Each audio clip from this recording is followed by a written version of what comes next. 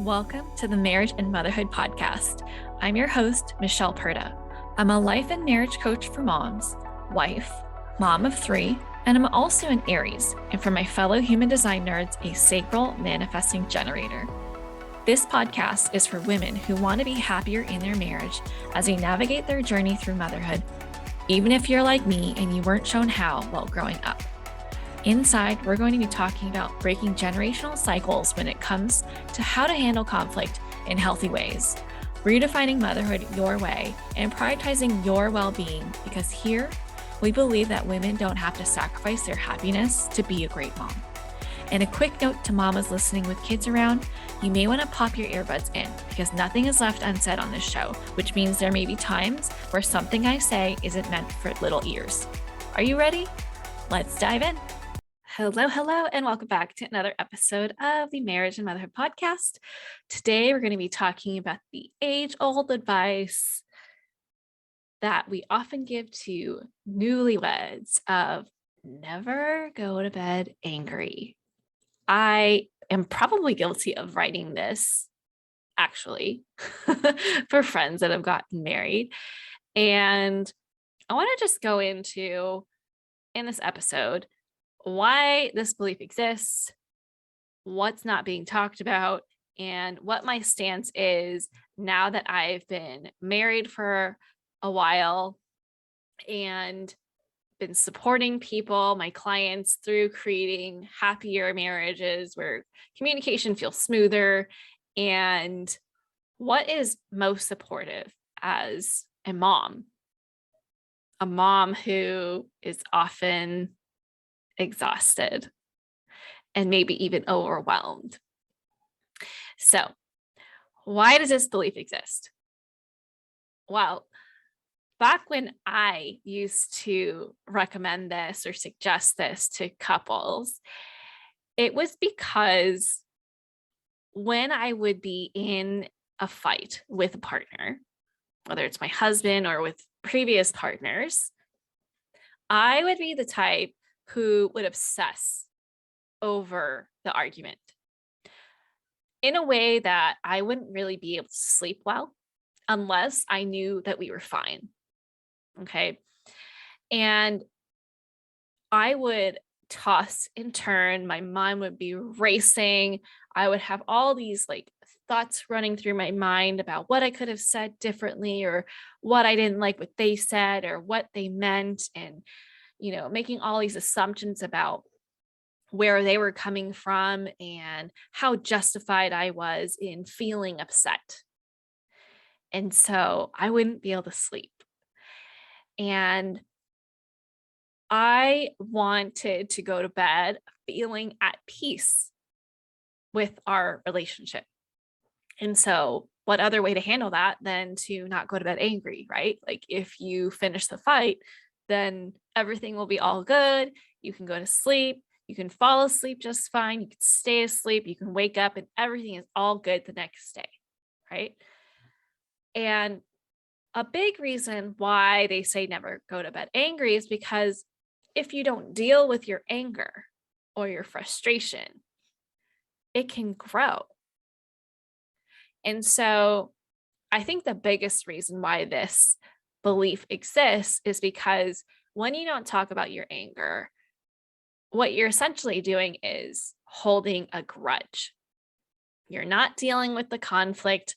You are essentially sweeping it under the rug, which can then really blow up in your face in the future and turn into something bigger, where if you had handled it, then minor infractions that happen in your day-to-day wouldn't be perceived as a huge deal because you have talked about it, right? It's not just piling on, and then you're just like, I can't take it anymore, and boom, you explode. But here's what's not being talked about when it comes to going to bed angry. All right.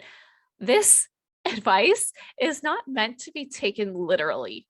It's not that you can't go to bed while feeling angry. Like, if that were the case, some of us would never go to bed because there's always something to be angry about. right? It's not that.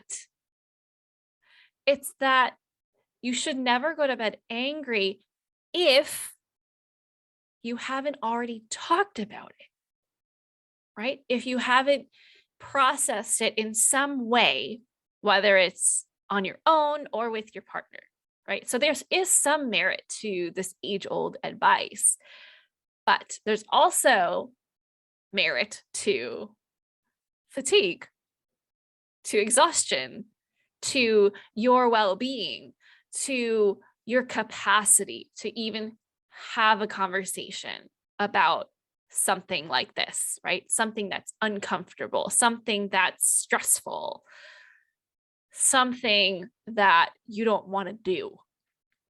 And when you're exhausted, you just don't have the capacity to do this, right?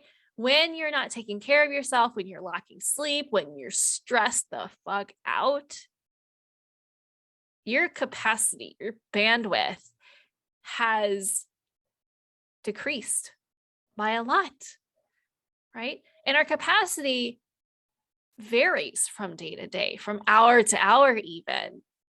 And so this advice is not meant to be taken literally, right? We're human. We are gonna feel angry. That doesn't mean wait until you don't feel angry to fall asleep, because that would be ridiculous. That would be like, don't go to sleep happy, right? Because like happiness and anger are just emotions. So why should we punish ourselves? Because it's not a socially approved emotion, such as happiness. So if you have been holding yourself to this standard, to this belief, I see you. I did this myself up until several years ago, actually.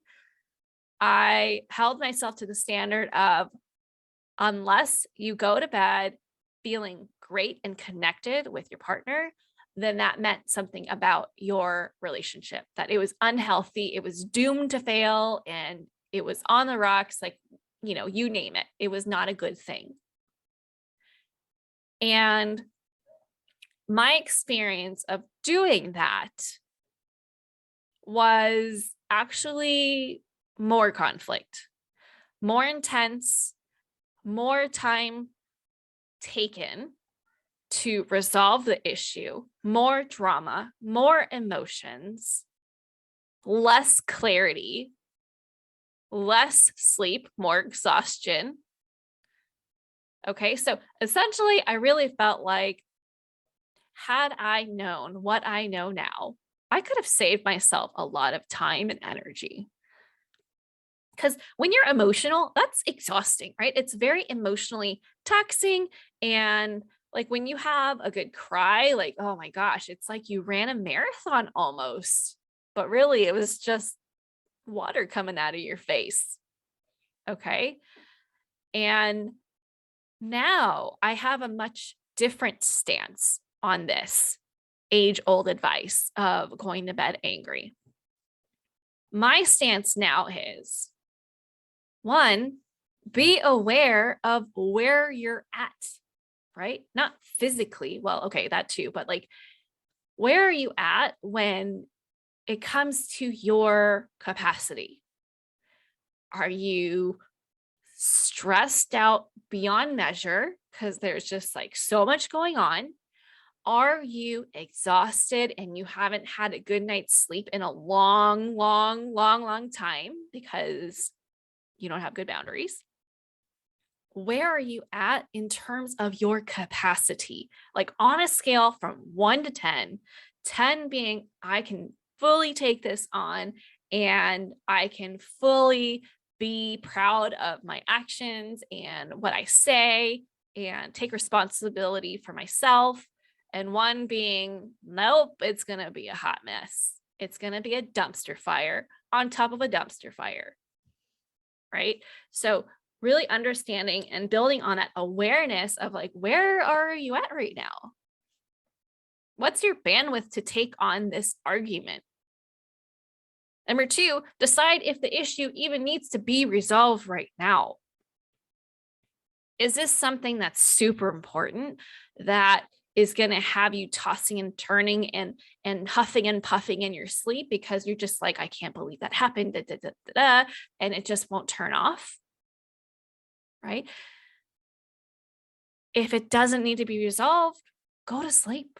Sleep on it, okay? Because depending on your capacity, it might not even need to be talked about. You could just be like, that was me having a bad day, or that was me during a time of my cycle that I'm just more sensitive, and it's really not a huge issue at all. Maybe it's just me making a request on like, hey, going forward, can we do this way? However, if it's going to be something that you're going to lose sleep over and you're just so fired up about it, then yeah, talk things through. But here's the kicker. You do not have to talk until you're blue in the face, until the whole problem is solved. Okay? Just like you can't fight world hunger in one go, not to say that this is as serious as that, but look at it more of like a long game, right? You're going to talk things through until you reach the point where you can call a timeout, call a pause, a break, because both of you have gone as far as you can go and it's not getting anywhere, right? As soon as you notice that the conversation is now going circular, right? Where it's like you're saying the same thing and then they're saying the same thing and then you're saying the same thing and you're like, wait a minute, we're like a broken record right now and we're not going anywhere forward with this, okay? That would be a good time to take a break, okay? Because by talking things through until you feel like you've reached that point, you'll be able to hopefully go to bed with peace of mind that you've shared what you can articulate, and so has your partner, right? Oftentimes it's really hard to go to sleep because we feel like we weren't really able to express ourselves. And giving ourselves the ability to sleep on it will actually give yourself time to let the emotions subside because, oh my gosh, emotions can really cloud our minds like crazy. Okay. It can really have us ignoring key information. It can have us exaggerating sometimes. Like I'm speaking for myself here, okay? And I'm sure that a lot of you can resonate, but our emotions really drive how we choose to act. And so when you are feeling very high on emotions, like very upset, very frustrated, very angry, very resentful, we're not setting ourselves up to be the best listener, to be the most articulate when it comes to sharing how we feel and what we want and taking full responsibility over ourselves. It can have us creating a lot more drama for ourselves and in our relationship because we're not seeing things very clearly. Like, you know, that Disney movie, what is it called? Inside Out. It's like when you feel intense emotions, you have blinders on. You do not have your peripheral view. All you do is see red and you only see one way out. And unless your partner is on board with that one way out, you're not going to be satisfied. And so you're not very flexible. You're not very open to compromising. You're not very open to understanding your partner and where they're coming from and their true motivations. And it's just really easy to play that victim, to play that person's like, they did that to me on purpose. How dare they hurt me? Right? I'm going to hurt them back, or I'm not going to let them hurt me again. And so I'm going to get angry. Okay. But when you are more honest with yourself about your capacity, right? When you know, like, okay, well, I've done everything I can, we're clearly not getting anywhere. I think it's time for a break, right? When you're able to give yourself that, when you go to sleep, and you wake up the next day, you have a fresh mind, you are well rested, you don't have that like pressure of having to talk about it in the moment because you have called a timeout. And you've set up another time to talk about it after you guys have really like sat with it. No good has ever happened in my life when I like just went full force into being like, oh my God, there's a problem. I gotta go fix it right now. We gotta go talk it out. Like, no, it has never ended well for me. And sometimes when I'm not taking care of myself, I still need to remind myself of that lesson. Like, well, reel it in, reel it in. Okay. Because, there's two different types of approaches that people tend to take. You're either one of those people like me, and you're like, I have a problem with you. I'm going to bring it to you. And I don't have any patience to really like gather my thoughts and talk about it. Like, I'm going to go to you with my problem. Right.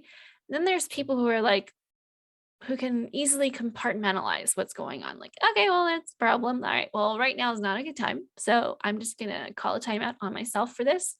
And I'll think about this later. It's a problem, but I'm not thinking clearly right now. And so I'm just going to think about this later. Right.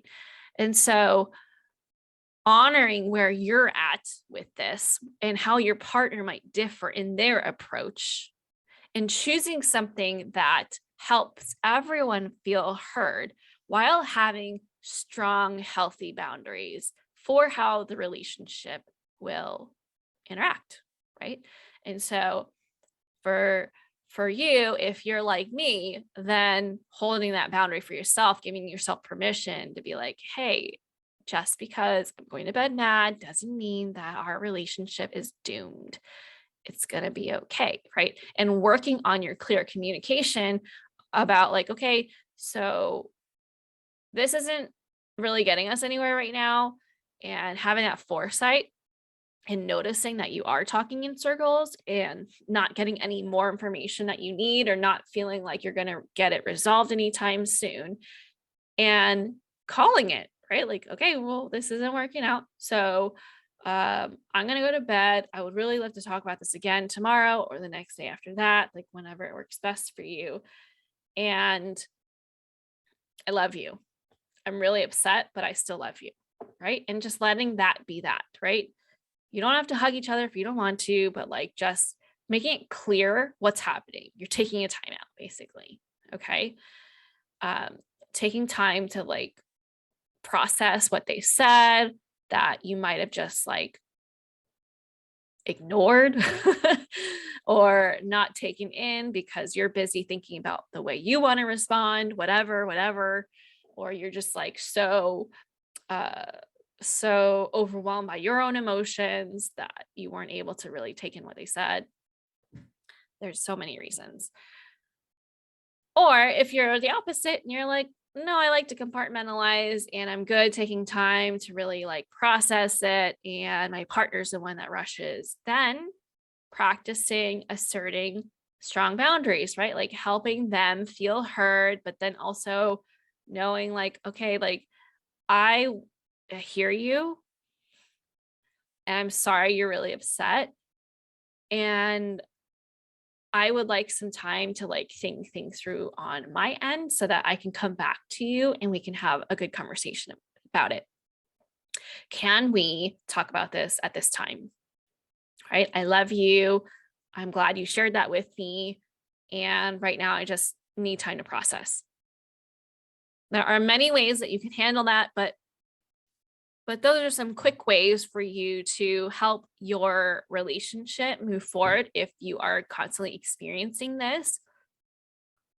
Because just because we have conflict, right? It's unavoidable. Just because we have conflict doesn't mean we need to have crazy amounts of drama.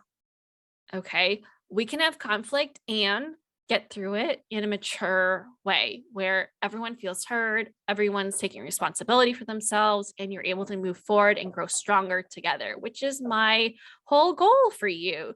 So I hope this episode was helpful for you. And I'd really love to hear from you if you start changing how you approach this and how it works out for you. So feel free to contact me, whether it's email or sending me a message on Instagram or what have you. I would really love to hear back from you and learn about how that's worked out for you.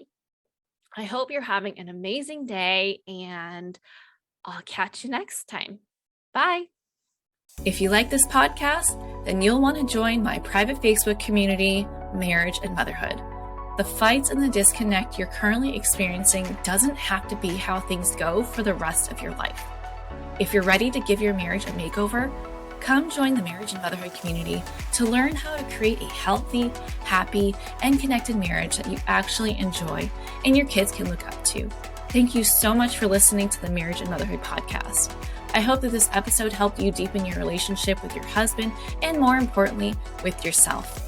I hope to see you inside the Marriage and Motherhood community, and I look forward to supporting you in there. Otherwise, see you back here next week. Bye.